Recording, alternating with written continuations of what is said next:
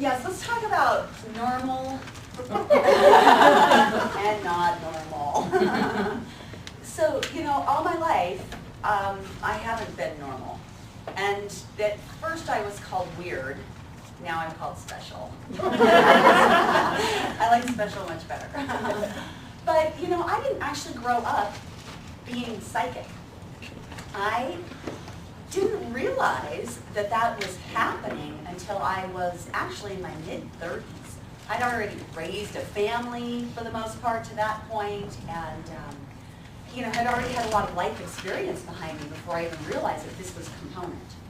But then I had to realize, wait a minute, I have had a lot of experiences like this, and there is a reason why people called me weird when I was a kid. Because actually, maybe I've been psychic my whole life, and I just didn't know it. And as a child, I was labeled weird. I was one of the youngest in our neighborhood, and everybody had gone off to school, and I was generally by myself, alone. In those days, kids could go off to the park by themselves. I'm definitely dating myself there. And what I didn't realize is that even though I didn't have any friends, everybody was at school, I'm at the park and I'm playing, and in the clouds is a little Indian girl. She's got a little papoose on with a baby and her little pigtails, and we played all day long.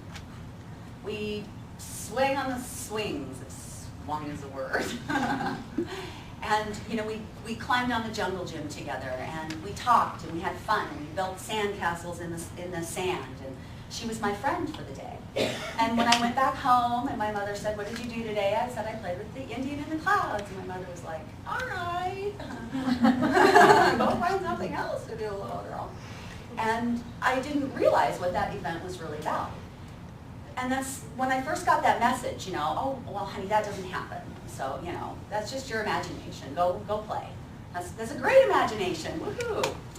And at the same time, and I was about 4 or 5 at this time, I was also experiencing a reoccurring dream.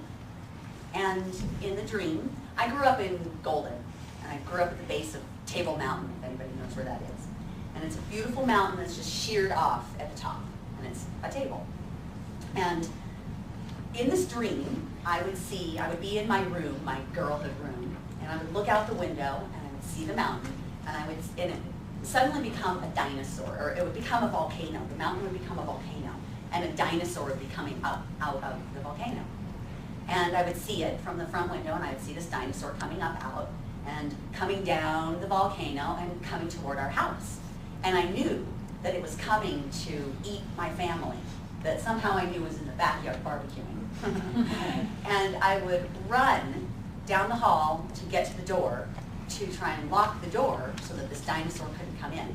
And every time I would get to that door, it would just be opening up right as I got there, and I wouldn't have time to lock it. And I would just have time to duck into the coat closet and save myself. And I would feel this sense, I would wake up feeling a sense of despair about my family. I couldn't save them. And I tried to talk to my family about that. I tried to talk to my mother about that dream. And in my family, communication didn't exist.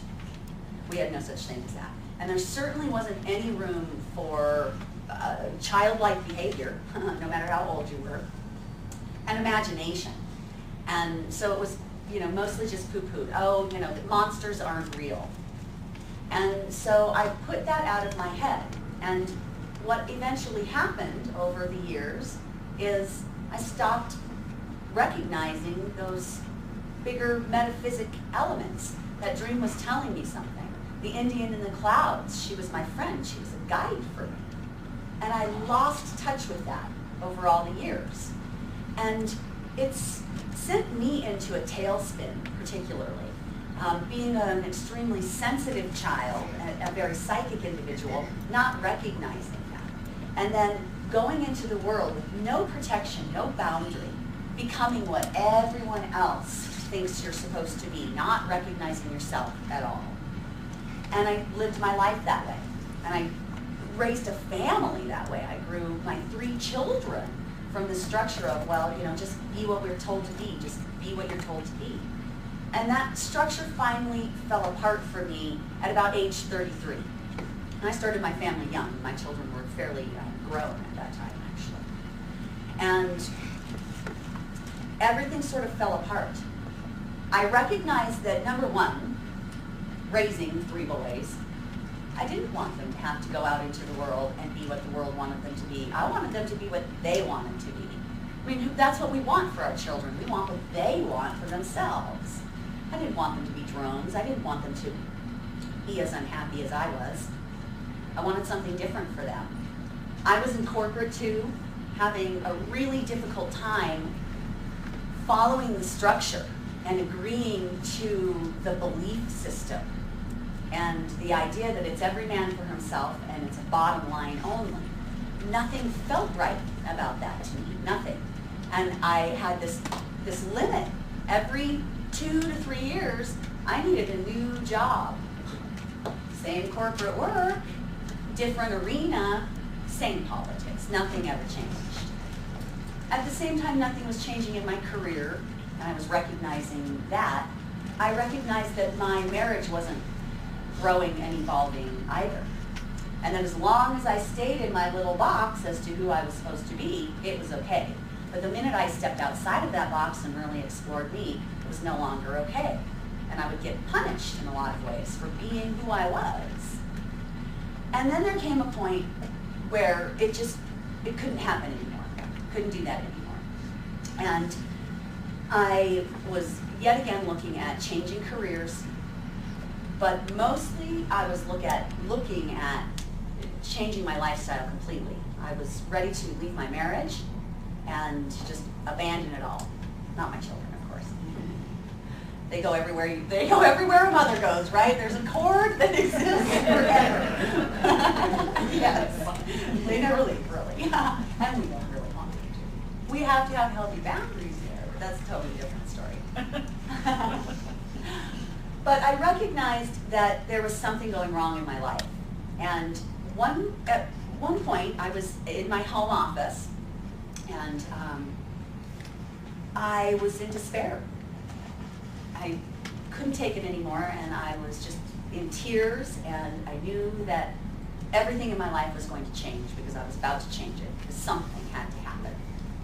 And I was just willing to throw caution to the wind and try whatever needed to be tried. And in that moment of despair, I heard a voice say to me, "Fret not, everything is going to be okay." And when I heard her, the conviction in her voice made me believe. I hadn't really believed that things would ever be okay. I kept trying to make them okay, and they wouldn't be okay. But when I heard her voice, this voice out of nowhere, I knew to trust it. And somewhere, and I looked around, I spun around in my office thinking there surely must be somebody right here, because her voice was so clear. And when I realized there was nobody there, I sat there for a moment and I thought, this is not the first time I've heard this voice. Somebody has reached out to me before. Somebody has always been telling me, that's not going to work. You know that this is what's going to happen. You should probably go this direction. I'd always heard that. I'd always heard there's a cop up ahead, and I would just take my foot off the gas. That rarely happens. But I would get this internal system that would tell me things. And it was then that I realized, until I figure out what that voice is, and I understand what is going on outside of this physical reality, this mundane world that I live, if I don't figure out what that is, nothing else is going to change. That gave me the key. I have to figure out what this is. And so I did the in the closet clairvoyant thing as well for quite a while. I got myself a set of tarot cards, and that everybody, I told nobody what I was doing, because in my world, if I had told anybody that, well, I would have been labeled a witch, and I would have been ostracized by my family. And so I got my tarot cards, and I started going in my closet, literally, and doing tarot readings for myself. And what was very interesting were the themes that would come up. The tarot is really rich in symbolism, and it's a complete understanding of the multidimensional self. It is a great exploration of who you are. It gives you all those components. And the symbolism is very entrenched in those cards. And when you start doing readings, all of a sudden you start seeing themes. The same card keeps coming up, the same card keeps coming up in the same position. And it starts, you really have to go, okay, well, I'm not doing that. I'm shuffling these things, I'm cutting them, I'm messing them all up. Why does it keep coming right here? And when I first started doing that, I kept getting the Hermit. And the Hermit is really introspection, going inward. It's also about guidance. And so there I am in my closet, and I keep seeing this Hermit card. And all of a sudden I start feeling this energy next to me. And I'm like, oh, somebody's sitting next to me. And she's just beautiful. He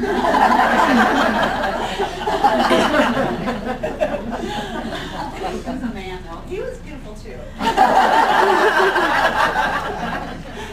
But I kept feeling this guide that I then started to realize this is a guide. And the more that I sat with this intuitively, I started seeing images on my own. I started seeing a hawk, and I started seeing a blue jay, and I started getting all of these Native American references. And at one point I was like, you are crazy. You've just gone over the edge. This is why you can't tell anybody about this. And I stopped and I went out into the living room and I turned on the TV just to clear my mind. And it's this program on Native Americans. I was like, oh my God, what is going on? I can't figure this out. And then over time I started to recognize and I started to receive this energy as a guide. And I said, okay, I won't deny you. I recognize that you're here. Give me your name. And it took me about 3 months, but I finally got his name. And it was Jayhawk. And it was a combination of the blue jay and the hawk. And one day, actually, while I was in the shower, and you're clear when you're you're clearing energy out and things like that when you're in the shower, your mind's just a little more open. And I kept seeing those images of the birds, and I was putting words and names and things together, and all of a sudden it clicked. Jayhawk, and I was like, that's his name, that's his name. Okay, so I'm going to believe that. And so that morning, after I get out of the shower, I get myself ready, and I go over to this friend of mine's house, and I step into her house, and the very first thing she says to me is, have you ever heard of this band called the Jayhawks? And she hands me this CD. And my jaw just dropped, and I couldn't say anything because I hadn't been telling anybody what I was. But it was a really deep inner moment of validation that this is really, really happening, and I cannot deny this anymore. And so I continued to evolve that education, which led me to a school, a clairvoyant school in Denver, based on the Berkeley Psychic Institute's program in California. And what I teach also as tools and in my book is based on the Berkeley Psychic Institute's program, but it's adapted into, over the 10 years as I've been teaching these tools, I've recognized that what I learned was a very rigid structure, which is great because you do have to understand the quantum energetics, you do have to understand how energy moves and flows and how intention works with that, and there is a diligent process to that. But we're also human, and we have practical lives.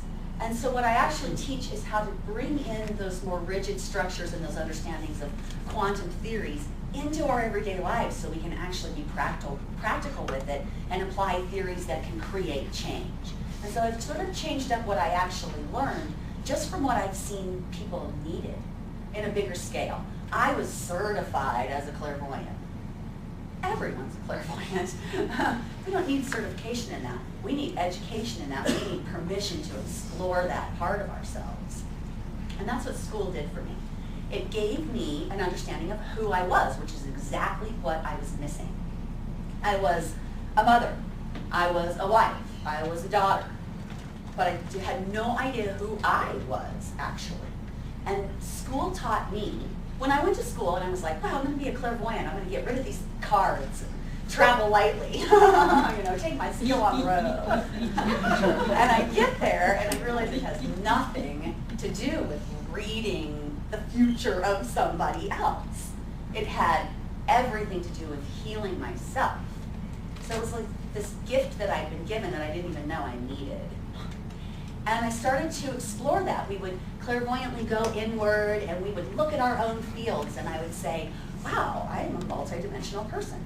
I have a past self, a present self, a future self. I have a higher, lower self. I have a masculine, feminine self. How are those things related? Are they balanced? Are they in chaos? Let me just tell you the chaos I found. My higher and lower self didn't know how to, they were in competition for the most part. They didn't know how to work together. My masculine and my feminine didn't like each other. It wasn't creating a lot of good things in my own life. But that clairvoyant skill gave me the ability to go, oh, well, what would be a better feminine expression and what would be a better masculine expression, and how can I get those two to talk and communicate and be in balance so that I'm personally in balance? How do I get my past in balance with my future? How do I get my high, my low? How do I get my archetypal selves, that warrior in me, the mother in me? How do I make sure those components are balanced and I'm operating with those at the proper moments? That's what school taught me, and how I was able to heal myself, balance myself, and then I was able to start creating that change in the world. And it brought me to this much bigger, full spectrum understanding of what the world even was. Has anybody seen the movie Pleasantville? It's a great movie. And it starts out, well, it doesn't start out in black and white, but there's a bigger story that goes along with it. But it's a story of two modern day kids who time travel back to the 50s. And it's all in black and white, right? And everybody's living their black and white lives. The mother's making her meals every night for dad when he comes home, and the routines are always the same, and the kids are well behaved, and they're in school, and everybody's doing what they're supposed to be doing. But these other two kids have time traveled back. They're from our time, right? It just doesn't work anymore. This follow the rules because we told you to. I never could follow the rules. Yes, don't do as I say, say what I do. And as their interactions with the people around them, right? When the boy is saying to the mother, well, you know, don't you want anything more than this? You know, I never see you leave the kitchen. And then the next scene you see, she's wiping her lip, and all of a sudden, what is this, you know, black pasty gray is now red, and there's color. And she brushes her cheek, and now her cheek has color. And the color starts to unfold throughout the whole movie. And we see the characters really coming to life, their full spectrum coming to life. And you've got characters in there who want to work with the color, but you also have characters in there that are resistant to the color. They want to stop it. They want everything to still be the black and white. They don't want that full spectrum. But eventually, that color grows, and people learn that you can't deny that type of spectrum within the self. And that is actually what I teach, is how to tap into your full spectrum. And it's what I hope we can accomplish here today, is to give you more of an understanding of yourself, how we are all the same, even though we're uniquely different. We've all had psychic moments. We just may not remember that that's what we've had. And we lose touch with that, and generally we come back to it through a life crisis. But we don't have to do that. We can come back into it with acceptance, with excitement for that part of ourselves, rather than it having to be something steeped in chaos. So as we go along today, and you keep hearing more about what we all have to offer, we'll get into the tools and give you some really great things that you can start working with to incorporate this stuff into your life every day.